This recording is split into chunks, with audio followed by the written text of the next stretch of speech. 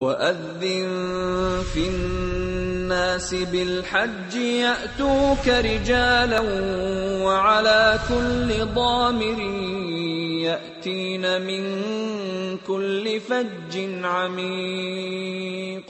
الحمد لله رب العالمين والصلاة والسلام على أشرف المرسلين نبينا محمد وعلى آله وصحبه أجمعين.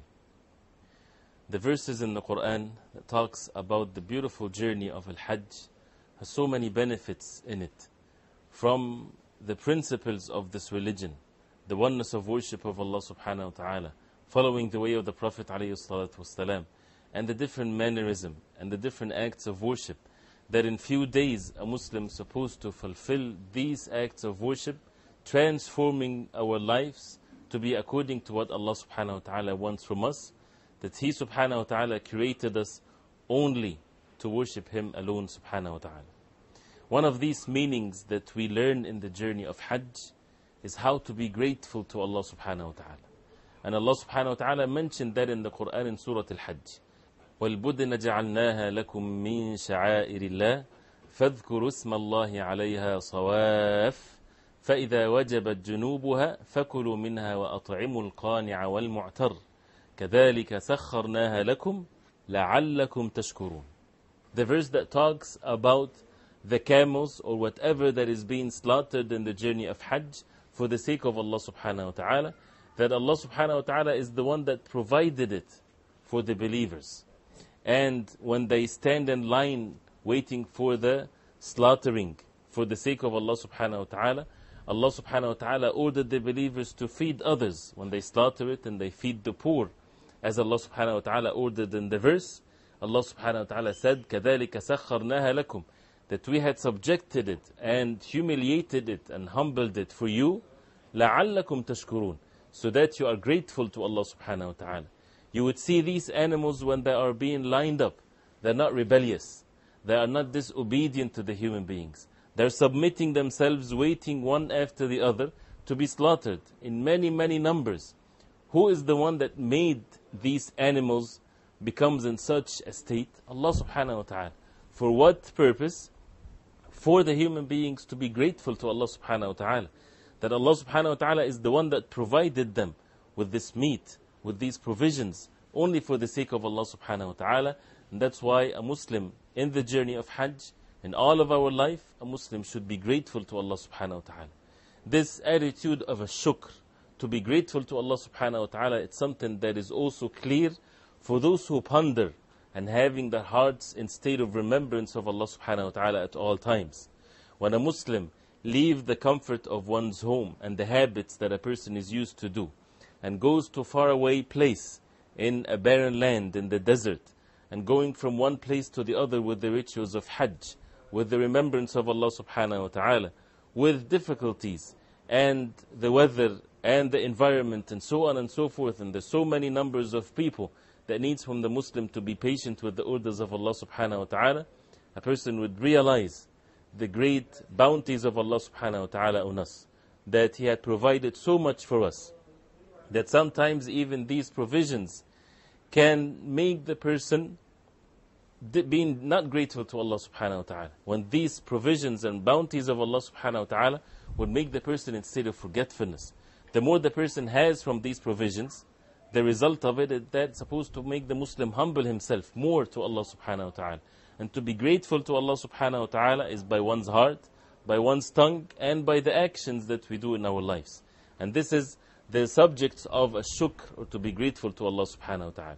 The heart should be content and should be pleased with whatever Allah subhanahu wa ta'ala provides for us. The tongue should speak out as a result of that, being grateful to Allah subhanahu wa ta'ala with one's tongue. As the Prophet ﷺ taught Mu'adh radiallahu anhu, for example, that Allah subhanahu wa ta'ala likes from his slave when he eats, that he praises Allah subhanahu wa ta'ala afterwards.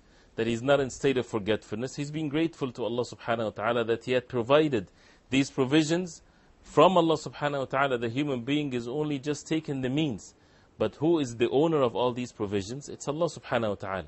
So the same thing when the people are in Hajj, and with their actions and their hearts and their tongue, they are stating the fact that they are being grateful to Allah subhanahu wa ta'ala. With actions, by being obedient to Allah subhanahu wa ta'ala. Allah subhanahu wa ta'ala calling the believers to go to Mecca to make the Hajj, so they submit themselves to Allah subhanahu wa ta'ala because they are being grateful to Allah subhanahu wa ta'ala. لِيَشْهَدُوا مَنَافِعَ لَهُمْ, as Allah subhanahu wa ta'ala says in the Qur'an, for them to witness the benefits and the many benefits that Allah subhanahu wa ta'ala had for them in the journey of Hajj. Why? For them to be grateful to Allah subhanahu wa ta'ala that He had guided them. When a Muslim sees so many different people from all over the earth, they come with the same faith. They are of different colors, from different backgrounds. They all come worshipping Allah subhanahu wa ta'ala alone, following the Prophet sallallahu alayhi wa sallam. This by itself is a miracle, that a person would be grateful to Allah subhanahu wa ta'ala, that Allah subhanahu wa ta'ala chose him to be among the Muslims, to be among those who submitted themselves to Allah subhanahu wa ta'ala, that a Muslim is grateful to Allah subhanahu wa ta'ala, that Allah subhanahu wa ta'ala guided us to get to know the true religion of Ibrahim alayhi salam, Abraham, peace be upon him, through the way of the Prophet alayhi salatu wasalam, the one that taught us everything to do in matters of our religion. So in this verse that I mentioned, when it comes to the sacrifice, Allah subhanahu wa ta'ala says, لَعَلَّكُمْ تَشْكُرُونَ, so that you are grateful. This is a goal of the act of worship. If we don't find these meanings in our hearts and our actions, that means there is a deficiency in our ibadah. Unless we are grateful to Allah subhanahu wa ta'ala, content with whatever Allah subhanahu wa ta'ala provides for us, we do not see any more benefit in our life and a bounty more virtuous and more high in our life than the bounty of being guided to be Muslims, guided to do the acts of worship the way that Allah subhanahu wa ta'ala ordered.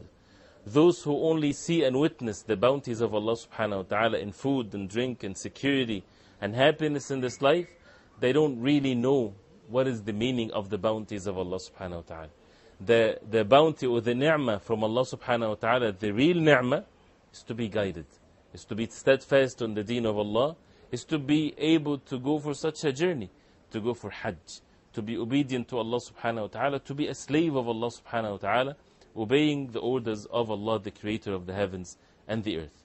So we learn how to be grateful to Allah subhanahu wa ta'ala with our hearts by being content, with our tongue by praising Allah subhanahu wa ta'ala, by making remembrance of Allah subhanahu wa ta'ala, reciting the book of Allah, the Qur'an, and with our actions by humbling ourselves to Allah subhanahu wa ta'ala and not being rebellious. When Allah subhanahu wa ta'ala provide the eyesight for us, we should use it for the pleasure of Allah subhanahu wa ta'ala, not to disobey Allah subhanahu wa ta'ala. If Allah subhanahu wa ta'ala give us the strength to move our hands and to walk and so on, we should use that to go to the masajid, to the houses of Allah. We should use it to go for the journey of Hajj. We should use it to help others and so on for the sake of Allah subhanahu wa ta'ala alone, because all of this are all bounties of Allah subhanahu wa ta'ala. Also for the believers to see that this life that we live, for us to be able to breathe the air, is such a virtuous thing, such a valuable thing, that the people, those who are dead in their graves now, they wish that they can be alive again. For what reason? Not for the pleasure of this life, but for the sake of Allah subhanahu wa ta'ala, for them to be grateful to Allah subhanahu wa ta'ala after seeing the great rewards from Allah subhanahu wa ta'ala. The difference between the human being and the animals, for example, is that the human being look ahead. We can look ahead after this life. We can think, what are the people in their graves now they wish they can do? We should not be enslaved to the feelings that we are having now at this instant, but instead we should look ahead of what we are going ahead. After this life is over, then the person when he's dead, what are the wishes of the person when he's dead? Not the wishes of ourselves in this life only, but what are our wishes going to be after we die? Definitely, we won't wish for any pleasures of this life after seeing the rewards and the punishments and so on. A person would wish for one thing, as the Prophet ﷺ said, that the only one that would never wish to come back to this world, meaning for the believers not to increase, the only one that would wish to come back to this world are the martyrs. Why? Because they wish that they come back to this life so that they will be martyred again and then come back to the life again and to be martyred again after seeing the great rewards from Allah subhanahu wa ta'ala. But for the believers, if they are entering Jannah, they would never want to come back to this world. But for the sinners, for the disbelievers, they would say and they would wish that Allah subhanahu wa ta'ala would bring them back. For what reason?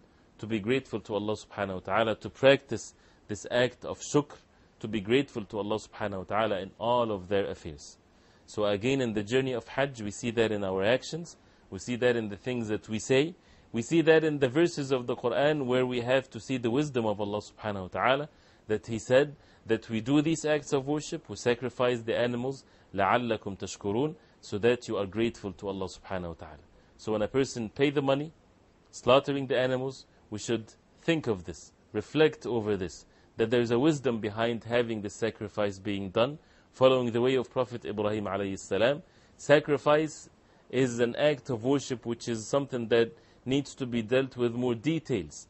We sacrifice one's wealth, we sacrifice our wealth, we sacrifice these animals for the sake of Allah subhanahu wa ta'ala alone, and that's how we bring the religion of Islam into our hearts. We have to sacrifice. We have to sacrifice being grateful to Allah subhanahu wa ta'ala even when we sacrifice, because everything is owned by Allah subhanahu wa ta'ala, and He is the one that ordered us to sacrifice, and this is one of the meanings of Hajj, to sacrifice, to be grateful to Allah subhanahu wa ta'ala, to be among the few numbers of people on the face of earth, those who are grateful to Allah subhanahu wa ta'ala. As Allah subhanahu wa ta'ala said in the Qur'an to the family of Dawood, اعملوا آل داود شكرا وقليل من عبادي الشكور. That means do, O the family of Dawood, shukran. Act as being grateful to Allah subhanahu wa ta'ala. That means it's actions. To be grateful to Allah subhanahu wa ta'ala is actions done with one's parts of our bodies. And then Allah subhanahu wa ta'ala says, and few among the human beings are grateful to Allah subhanahu wa ta'ala. Why is that? Because most of the human beings are disobedient to Allah subhanahu wa ta'ala. They are using the provisions from Allah subhanahu wa ta'ala for their own pleasure. To be in more state of forgetfulness, to be in ghafla, to forget about Allah subhanahu wa ta'ala, to disobey Allah subhanahu wa ta'ala using these provisions. But for someone going for Hajj, using all the provisions from Allah subhanahu wa ta'ala for the sake of Allah, this is how a Muslim is grateful to Allah. Using one's wealth to pay for the journey of Hajj, this is a ni'mah and a bounty of Allah subhanahu wa ta'ala is used for the pleasure of Allah. This is a way of being thankful to Allah, grateful to Allah that Allah subhanahu wa ta'ala had bestowed wealth onto you. The same thing when a person goes for Hajj and sacrificing one's sleep, for example, having less sleep, being tired, walking, and so on and so forth in the acts of worship.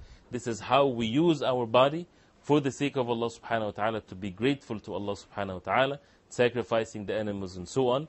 These are meanings, beautiful meanings, that unless we ponder over them and we take them for the rest of our lives, then we would have deficiencies in our ibadah unless we are grateful to Allah subhanahu wa ta'ala. We ask Allah subhanahu wa ta'ala to make us among those who are grateful to Him at all of our affairs. وصلى الله وسلم وبارك على محمد وعلى آله وصحبه وسلم. السلام عليكم ورحمة الله وبركاته. وأذن في الناس بالحج يأتوك رجالا وعلى كل ضامر يأتين من كل فج عميق